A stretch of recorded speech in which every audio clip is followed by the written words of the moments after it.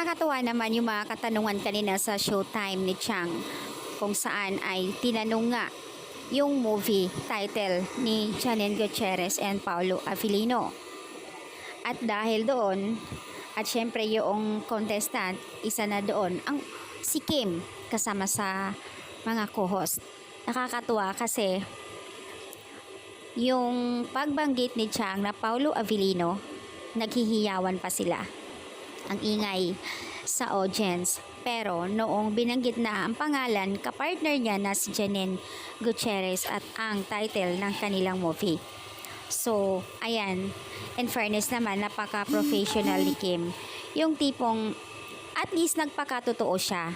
Kasi talaga noon, nung hindi pa love team ang Kim Pao, sinubaybayan din pala, nanonood din pala si Kim sa kanilang series and movie. So, alam niya yung sagot. Wala naman issue sila, Kim and Janine, sa totoo lang. Yung mga fans lang talaga both side na nagkakaroon ng, yun, alam mo, kasi minsan, pag wala na isang love team, at napunta na yung isa, yung partner, nagkakaroon ng issue, at apektado doon talaga ang mga fans.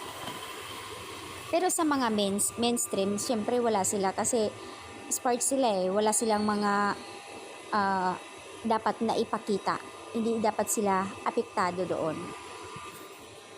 Napaka-professional nga lang naman talaga ni Kim. Kasi nga, syempre, at buko doon, hindi siya silusa.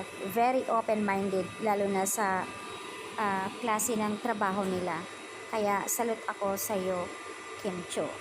Tingnan niyo yung mga kamay ng mga kasamahan niya. Balak magpindot, kasi nga, gusto nila si Kim ang sasagot na sinasabi nila. Pero ang totoo, alam din nila ang sagot mga kasama nila, kaya lang inaantay nila na magpindot si Kim.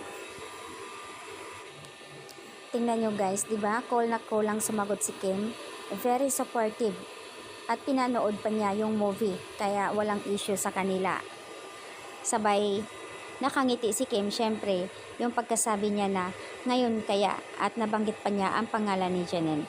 Hindi naman yun sinasadya talaga na yun ang itatanong ni Chang. Sadyang yun yung talagang question para sa mga dalawang bulilit.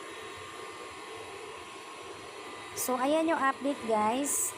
Pero ang nakakatuwa lang kasi doon, syempre yung pagbanggit ng pangalan ni Pao na Paolo Avellino at hiyawan kaagad sila.